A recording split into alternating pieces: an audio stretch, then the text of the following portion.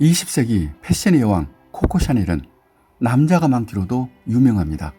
그 남자들 이름만 들어도 아마 놀랄 것입니다. 영국의 총리 윈스턴 처칠, 음악가 스트라빈스키, 그리고 파블로 피카소와 샬바도로 달리도 샤넬의 남자였습니다. 이뿐만이 아닙니다. 본인과 연애를 했다고 인정한 남자만 무려 9명입니다. 그 중에는 자기 나라를 침략한 13살 어린 독일군 장교도 있습니다. 이들의 공통점은 모두 샤넬을 도왔던 사람들이고 모두 가정이 있었으며 당연히 불륜입니다. 그러면 샤넬이 얼마나 아름다웠으면 그런 것이 가능했을까 하시겠지만 그것도 아닙니다. 샤넬은 그저 길거리에서 지나쳐도 돌아볼 이유가 전혀 없는 평범한 여자였습니다. 일단 샤넬의 매력은 외모가 아니었습니다. 샤넬과 연애를 한 남자 중에는 지금의 패션 제국을 만드는데 결정적인 역할을 한 두 남자가 있었습니다. 이번 영상은 그 두 남자와 샤넬의 관계를 집중으로 분석하고 어떻게 해서 샤넬이 기반을 잡게 되는지를 알아보겠습니다. 11살에 버려진 수녀원에서 샤넬이 7년간 배운 기술은 딱 하나, 바느질 뿐입니다. 18살에 그 고아원 같은 수녀원에서 나왔지만 그녀를 반기는 데는 어디에도 없습니다. 어렵게 잡은 샤넬의 첫 직장은 작은 양장점의 재단사 보조였습니다. 그리고 밤이 되면 카바레에서 노래를 부르는 가수이기도 했습니다. 그런데 그 카바레에서부터 샤넬의 역사가 시작됩니다. 거기서 부른 노래 누가 코코를 아시나요 때문에 나중 코코 샤넬이 되고 그 카바레에서 운명적인 첫 남자 엔티엔 발산을 만난 것입니다. 그는 군복을 만들어 납품하는 귀족 집안의 장교였고 개인 운동장도 있는 폴로 선수였습니다. 그가 샤넬에게 접근해서 같이 살자는 것입니다. 이 말은 프로포즈 같지만 사실 그런 축복이 아니었습니다. 그는 이미 잘나가는 여배우와 연애를 하고 있으면서 샤넬에게 두 번째 정부가 돼달라는 그런 말이었습니다. 그때 샤넬이 18살입니다. 그런데 무슨 생각을 했을까요? 샤넬은 그 제안을 받아들였습니다. 나중 샤넬은 그 순간을 회상하며 이렇게 말합니다. 당시 나는 당장 먹고 사는 것이 제일 먼저였어요. 의지할 것 없는 나에게 사랑은 사치였죠. 그때 그렇게 나는 선택당했지만 그 이후부터 선택은 내가 했어요. 참 슬프고도 비장한 말입니다. 발산을 따라간 샤넬은 태어나 처음 풍요로움을 느꼈습니다. 넓은 대지에 하인들까지 딸린 대저택은 그야말로 천국 같았습니다. 발산도 다행히 잘 해줬습니다. 화려한 옷에 보석을 사줬지만 샤넬의 관심은 오직 그들이 사는 방식, 즉 문화였습니다. 어떤 언어를 쓰는가, 와인은 어떻게 마시는지, 와인잔을 기울이는 각도, 담배 연기는 어떻게 품어야 폼이 나는지 마치 스파이처럼, 마치 스펀지처럼 그들의 모든 것을 관찰하고 흡수했습니다. 심지어 그들이 무심코 던지는 농담 하나까지도 놓치지 않았습니다. 그러던 어느 날 샤넬이 반란을 시작합니다. 당시 유럽에서는 여성이 말을 탈 때도 긴 치마를 입고 다리를 한쪽으로 얌전히 모아 타야 했습니다.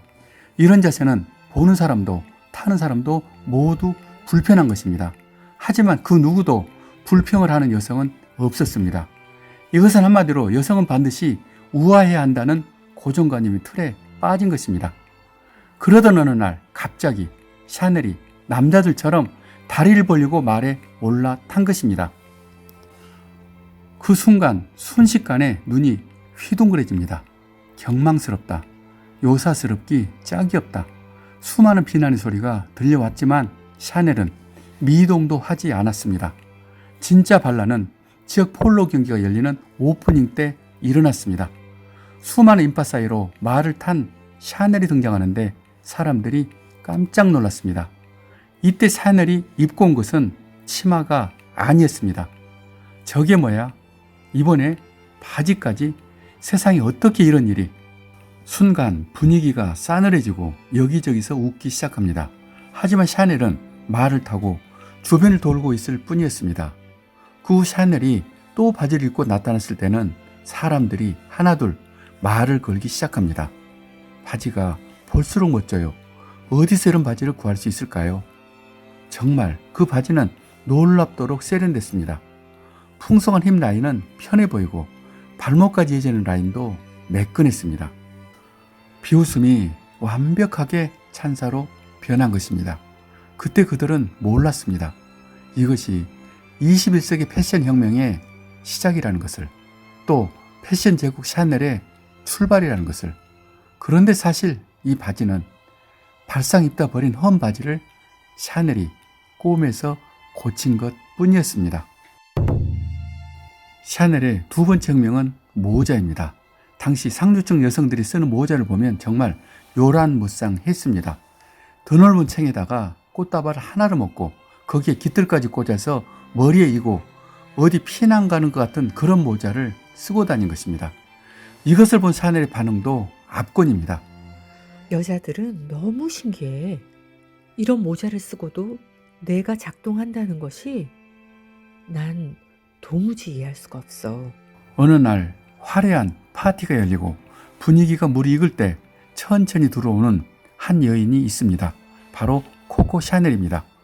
모든 귀부인들이 거대한 꽃다발 같은 모자를 머리에 이고 있습니다. 그때 샤넬은 차원이 다른 처음 보는 모자를 쓰고 온 것입니다. 모자를 썼다기보다도 오히려 모자가 머리를 부드럽게 감싸는 세련된 모자였습니다. 이미 바지에 한번 놀랐던 귀부인들이 이번에는 모자 때문에 놀랄 수밖에 없습니다. 너무 이뻐요. 가벼워 보이네요. 만져봐도 될까요? 할 때 샤넬이 기다렸다는 듯이 말합니다. 제가 부인들께 이 모자를 하나씩 선물하고 싶은데 괜찮을까요? 부인들이 마다할 이유가 없습니다. 탄성을 질렀습니다. 그리고 그 선물은 아주 결정적인 역할을 했습니다. 이제 파리 여성들은 거리에서 그 부인들이 쓴 모자를 보면서 너도 나도 샤넬을 찾는 것입니다. 그때 찍은 흥미로운 사진 한 장 보여드릴까요? 사진의 맨 왼쪽이 샤넬이고 가운데가 발산입니다. 표정에서 느껴지듯이 샤넬은 이때 이미 끼가 넘쳤습니다. 그리고 변했습니다. 자신이 세상의 중심이고 싶은 야심이 가득 찬 것입니다. 어느 날 샤넬은 발산에게 대담한 말을 꺼냅니다. 부티크를 열어 패션 사업을 하자는 것입니다. 이때 발산이 뭐라고 답을 했을까요? 단칼에 거절합니다. 여자가 사업을 한다는 말도 처음이고 샤넬이 그렇게 튀는 것도 원치 않았습니다. 그저 주변 어디선가 있다가 부르면 언제든지 뛰어오는 그런 샤넬을 원했던 것입니다. 나중 샤넬이 이때를 회상하며 이렇게 말합니다. 모든 것이 싫어졌어요. 그 화려한 집도 그날 이후 새장처럼 답답했고 거기서 살기에는 내 가슴이 너무 뜨거웠어요. 1909년 어느 날 운명의 날이 찾아왔습니다. 야망이 가득한 샤넬과 세련된 영국 사업가 카펠, 이 둘은 처음 만나면서부터 불꽃이 튀었습니다.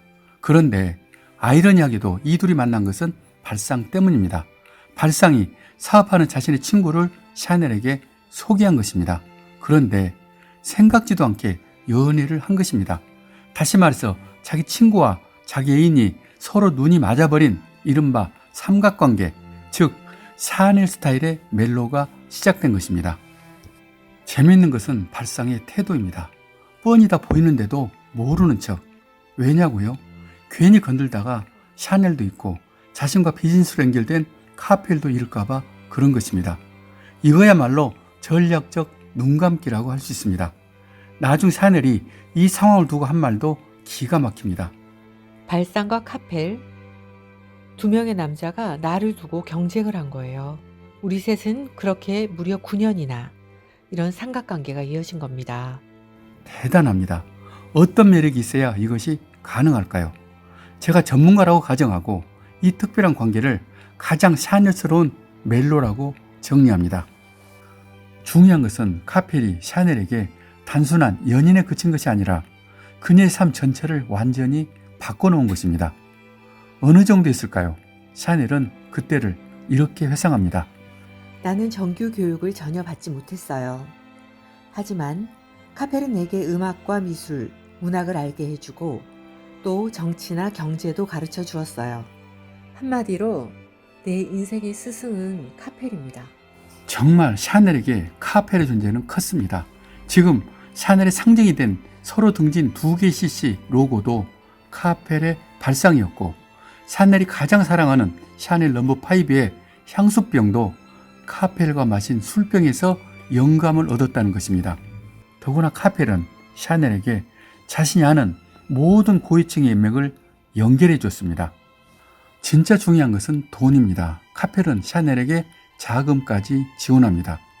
그 자금으로 1910년 파리 중심가에 샤넬 모두가 들어선 것이 사실상 패션 제국 샤넬의 출발이었습니다. 그리고 3년 후 샤넬의 2번째 매장이 열리는데 여기에 감동이 있습니다. 이때 샤넬은 그간 카펠이 자신에게 투자했던 금액 전부와 이익에 따른 배당금까지 모두 챙겨줬습니다. 이 부분에서 저는 감동합니다. 샤넬은 남자들을 이용만 하는 여자가 아니었습니다. 오히려 그 이상으로 보답할 수 있는 진정한 사업가라는 사실을 증명한 것입니다. 또 슬픔도 있습니다. 둘은 이렇게 서로 절절하게 사랑하지만 결혼만큼은 할 수가 없었습니다.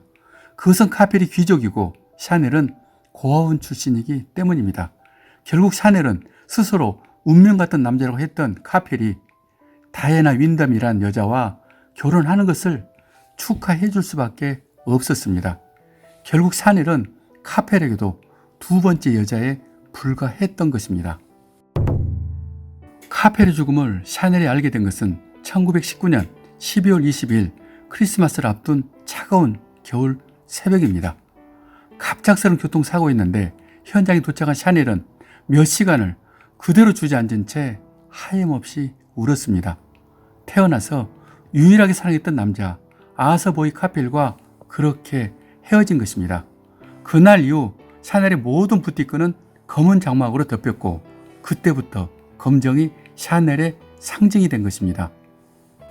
세월이 많이 흘렀습니다. 샤넬은 자신에게 처음 상류사회를 알게 한 엔텐 발상과 아서 보이 카펠, 이 2 남자를 이렇게 표현했습니다. 발사는 내게 기회를 주었고 카펠은 내가 사랑한 유일한 남자였습니다. 이후 샤넬의 주변에는 수많은 남자가 있었지만 모두 카펠을 대신할 수는 없었습니다. 지금도 스위스 로잔에 있는 샤넬의 무덤에는 카펠이 만들어준 샤넬 로고가 샤넬을 지키고 있습니다. 어떤 인생도 한두 가지 기준으로 그 인생을 전부 단정할 수는 없습니다. 확실한 것은 가장 열정적으로, 가장 창의적으로 운명을 개척한 것만으로도 샤넬은 충분히 존경받을 자격이 있다고 생각합니다. 여기까지 저는 작가 이철이었습니다. 예술 제국의 길은 우리가 세계 정상으로 가는 가장 빠른 길입니다. 이 영상을 구독하시는 것은 그 길을 함께 가는 것입니다.